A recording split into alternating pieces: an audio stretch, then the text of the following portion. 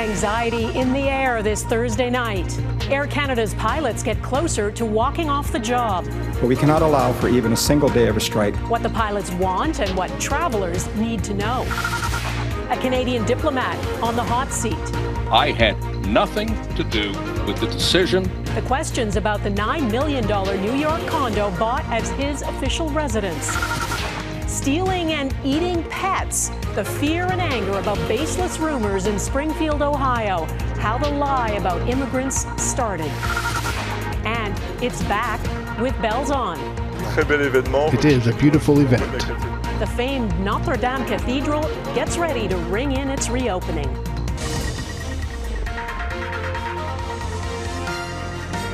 Global National with Donna Friesen. Good evening and thanks for joining us. With a strike by Air Canada pilots looming, the airline is asking the federal government to intervene in negotiations. And tens of thousands of travelers are caught in the middle, left to wait and wonder whether their flights will take off. A number of business groups are warning a strike will badly disrupt supply chains. The airline says it will begin canceling some of those flights as soon as Sunday if no deal is reached. Mackenzie Gray has our top story on how far apart the two sides are and the likelihood the government will intervene. Canadian travelers are hurtling towards this. Air Canada and its pilots still not close on a labor agreement. We're trying to close the gap regarding our wage, our compensation, and our quality of life concerns. Wage is the biggest concern. Air Canada has offered a 30% increase over 3 years, but that's not good enough for the union, who says they're paid up to 50% less compared to American pilots. We saw some movement at the table as the deadline or potential work stoppage nears. I would say cautious optimism would be how I'd characterize my mood. Optimism not shared by Air Canada. Despite agreeing on over 700 different proposals, they've called the union's wage demands unreasonable and want the Liberals to send both parties to binding arbitration, an unlikely request to happen right now. We remain firm that the best deals happen at the bargaining table, and that's where parties need to keep working. Business leaders disagreeing with the Prime Minister. But we cannot allow for even a single day of a strike, given the consequences on our already very fragile economy. It would amount to government playing Russian roulette with our economy. The Liberals recently used those powers to send WestJet mechanics and rail companies into binding arbitration, but only did so after the labor dispute began. But even before a strike or lockout, expect travel delays. Air Canada saying they could start cancelling flights as early as Sunday morning, in advance of a full shutdown potentially starting Tuesday. If I had a flight out next week, I wouldn't be very confident about that at this point, yet alone if I have a flight out tomorrow or Sundays. Air Canada is legally required to rebook stranded passengers on competitors' flights, but getting their daily passenger load of 110,000 people on other airlines is nearly impossible. Moving this many people around is going to be very, very difficult. So even trying to find flights in competing airlines are going to be difficult. Binding arbitration is likely the only way the Liberals could end the dispute, with the Conservatives, NDP and Bloc all signaling, Donna, they would vote against potential back-to-work legislation. Okay, Mackenzie, thanks.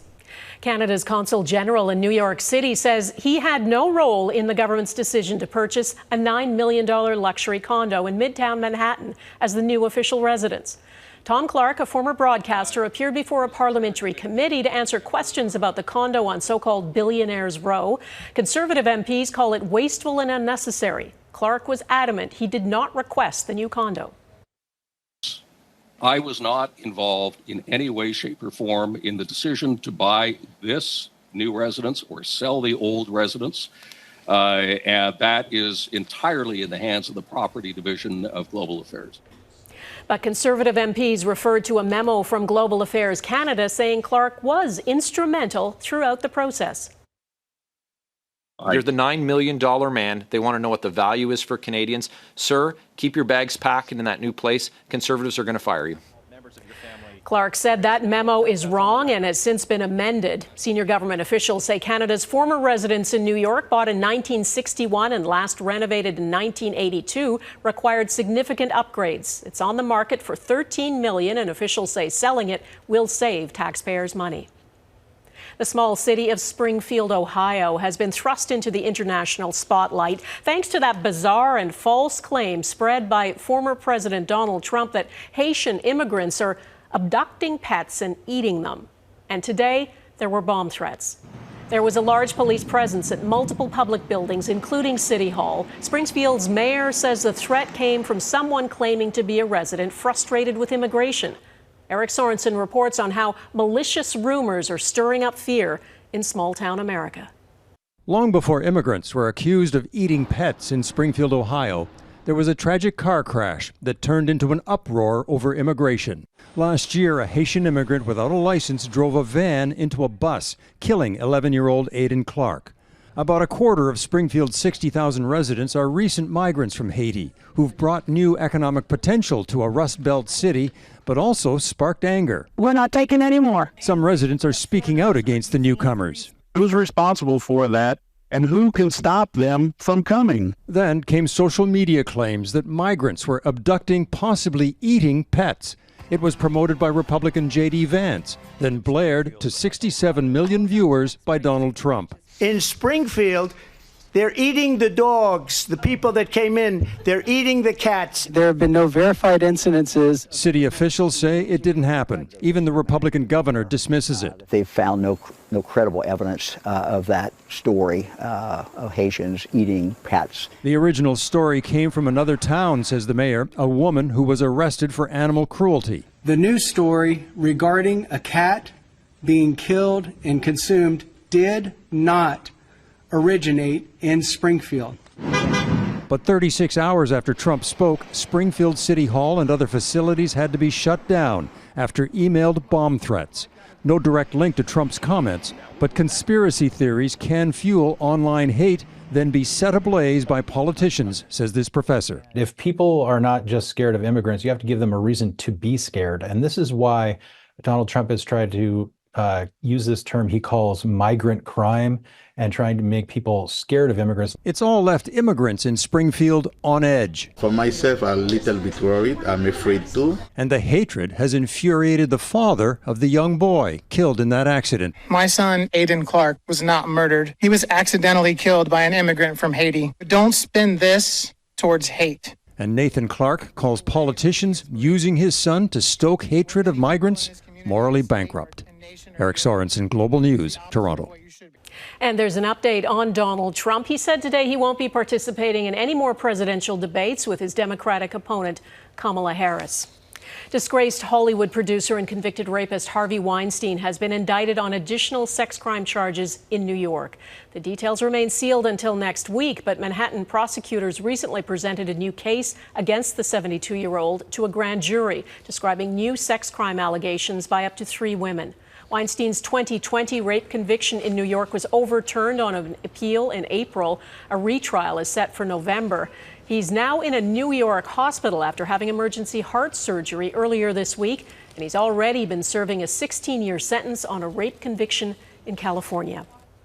Police in Malaysia have rescued more than 400 children suspected of being sexually and physically abused at charity-run care homes. And a warning, some of the details are disturbing. Police say 171 adults, including religious teachers and caretakers, have been arrested, accused of abusing hundreds of children aged 1 to 17 and teaching those children to abuse each other. Police say the homes are run by an organization with links to a banned Islamic religious sect and were set up to collect donations. Almost a year since the October 7th Hamas attacks on Israel, which triggered the assault on Gaza, the promise of safe haven in Canada for thousands of refugees from Gaza remains largely unfulfilled. Only a few hundred Palestinians with connections to Canada have made it. They are safe now, but as Heather Yourex-West reports, their struggles are far from over. We don't have any choices. We have to stay here and survive. Mohammed Sifan is grieving for a home in Rafah that is no longer there and a life that's been utterly destroyed.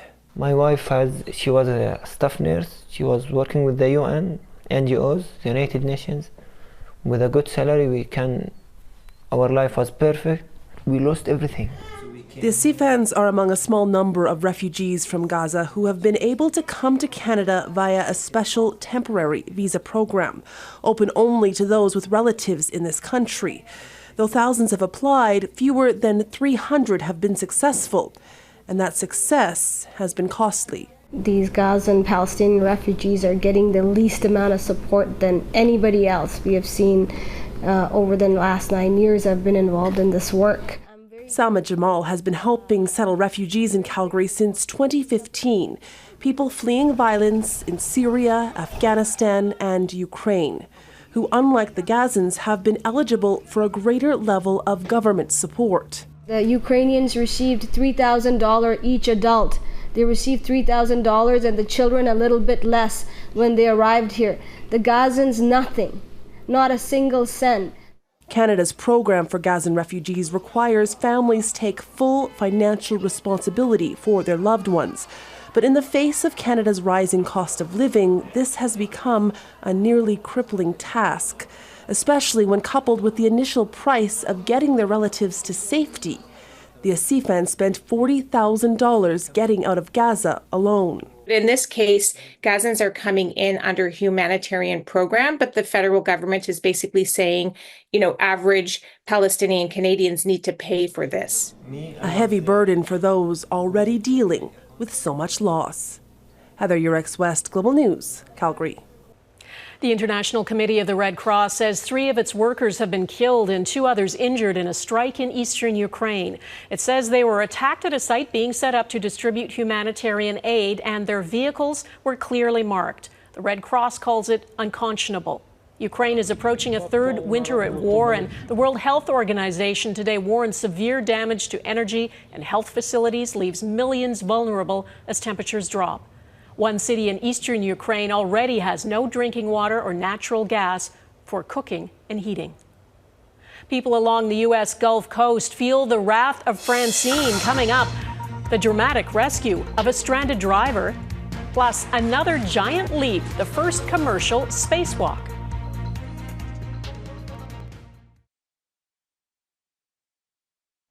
Feet of water right here. We're talking about a pickup truck, a big pickup truck. This rescue was captured on camera as Hurricane Francine lashed Louisiana last night. With just seconds to spare, a passerby smashed the window of a pickup truck submerged in an underpass and pulled a man to safety. The hurricane was a Category 2 when it made landfall and created a 3-meter storm surge. Its winds were strong enough to rip the roof off a shopping center.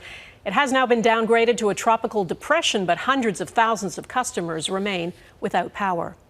It is a new dawn for privately funded space travel. The billionaire who funded the SpaceX Polaris mission, along with another crew member, opened the hatch and stepped out today for the first private spacewalk. Space is usually the exclusive terrain of professionals, but not anymore. Jackson Prosco explains the beauty and the meaning of this mission. EV1, you are go for manual hatch open. He oh so carefully opened the hatch. Then billionaire Jared Isaacman slowly floated out into space and took in the incredible view. Back at home, we all have a lot of work to do, but from here, Earth sure looks like a perfect world. That one small step for manned spaceflight was soon followed by another, as SpaceX engineer Sarah Gillis stepped outside and put the company's chic, slimmed-down spacesuits through their paces. I think we're going to be doing a lot of data finding, fact finding that we can then bring back to make future spacewalk operations or, future suit design even better. The excursion was highly risky. We have successfully depressurized the Dragon capsule. The SpaceX Dragon capsule has no airlock, meaning it had to be fully depressurized, exposing all 4 astronauts to the vacuum of space for nearly 2 hours. The riskiest part of it is that you threw away your atmosphere and then you have to rebuild it after the mission. To get ready for that, the astronauts had to go through special breathing procedures to remove nitrogen from their blood to avoid decompression sickness or the bends, just like deep-sea divers. Polaris Dawn was launched as proof of concept for future commercial missions to the Moon and Mars. Its initial orbit went deeper into space than any manned mission since the Apollo era 60 years ago, passing through the Van Allen radiation belt and measuring its impact on the spacecraft and its passengers. There's a lot of science and engineering going on this mission, apart from the fact that Dragon has flown to nearly 1,400 kilometers altitude, something that is, pretty rare. The billionaire behind the journey has 2 more privately funded missions planned. It's not known how much he's spending. Before that happens, this 5-day journey will have to come to a safe end. With a splashdown in the Atlantic expected later this week, capping off a history-making venture into orbit. Jackson Prosco, Global News, Washington.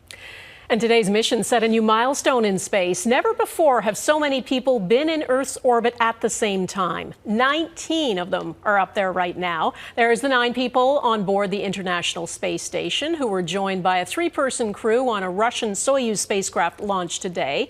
And there are 3 people operating the Chinese space station. And now Polaris Dawn's 4-person crew on the Resilience. Rescued and repurposed ahead why this BC home was saved from the wrecking ball.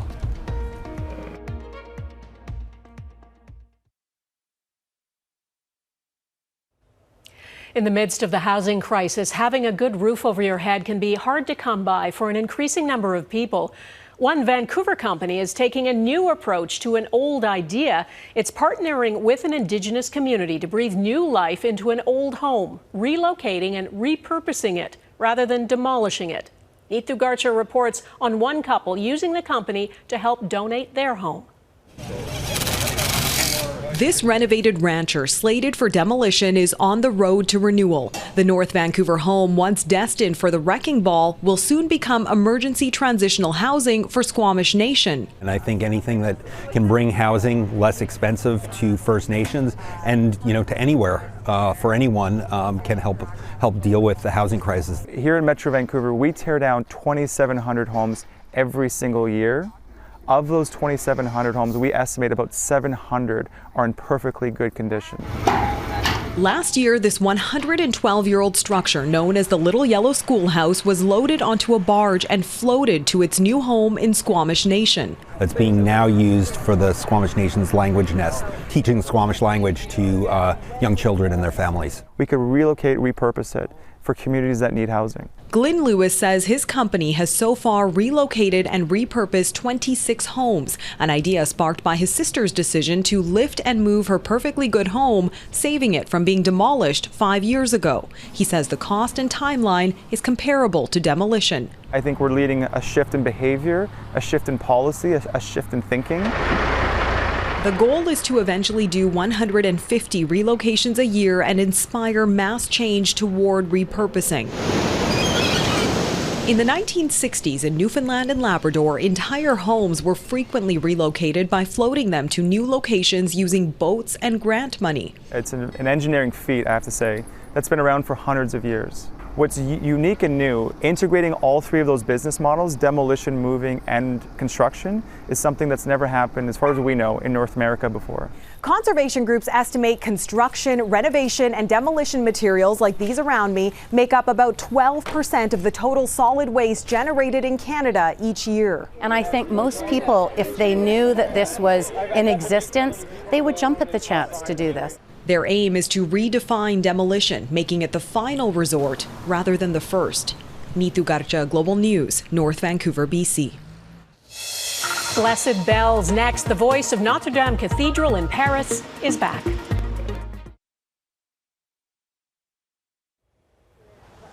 So this is supposed to be an honor to the late Queen Elizabeth, but this new statue in Northern Ireland is causing a few questions. It's her and her husband, Prince Philip, along with 2 corgis, but a lot of people say it doesn't look remotely like the Queen. One person says it looks more like Mrs. Doubtfire, and if it weren't for the plaque, they'd never have known who was being honored. Yeah. Why not? You don't often see King Charles like this. A New Zealand women's rugby team asked if they could give him a hug at a reception in Buckingham Palace, and he said, why not? The king said being affectionately mobbed by the players was very healing. He's undergoing cancer treatment. He told them he was sorry he can't visit New Zealand this year on doctor's orders. NotreDame Cathedral in Paris is a step closer to reopening. 8 bells known as the cathedral's voice were temporarily removed from the North Tower after that massive fire devastated the building in 2019. Now, as Mike Armstrong explains, those bells have been returned and blessed as Notre-Dame's restoration project enters its final stages. It is being called the return of the cathedral's voice. The construction sounds haven't stopped yet, but as these bells are hoisted up, each will be rung. They will not, however, toll together. The head of the reconstruction project says the bells will be tested, but that the full ringing won't happen until the reopening. Flames ripped through Notre-Dame de Paris April 15th, 2019. The cause is still not known. Investigators believe it could have been a cigarette left burning or an electrical short. The damage was extensive, but firefighters were able to save the main structure. In the 5 years since, a massive restoration project, one that is now more than 90% complete. The plan is to give the City of Lights back its most popular tourist attraction in a ceremony December 8th. The tolling of these bells and 12 others that weren't moved out will be a major part of that day. Appellent les gens à se rassembler et à prier. The cathedral's rector says the bell's return was a moving moment and that they were blessed as sacred symbols. Notre-Dame de Paris' voice, the 20 bells, is used to call believers to prayer, but also to unite the city in good times and in bad. Now, the historic cathedral is getting a new addition to its belfry. The bell that was rung by gold medalists at this summer's Olympics is going to be added. A new chapter in a story already centuries long. Mike Armstrong, Global News, Montreal. That is Global National for this Thursday. I'm Donna Friesen. Tonight's Your Canada is Upper Kananaskis Lake in Peter Lougheed Provincial Park, Alberta. We'd love to see Your Canada. Please email it to globalnational@globalnews.ca. And thanks for watching. Carolyn Jarvis will be at the anchor desk tomorrow, and I'll see you again next week. Bye-bye.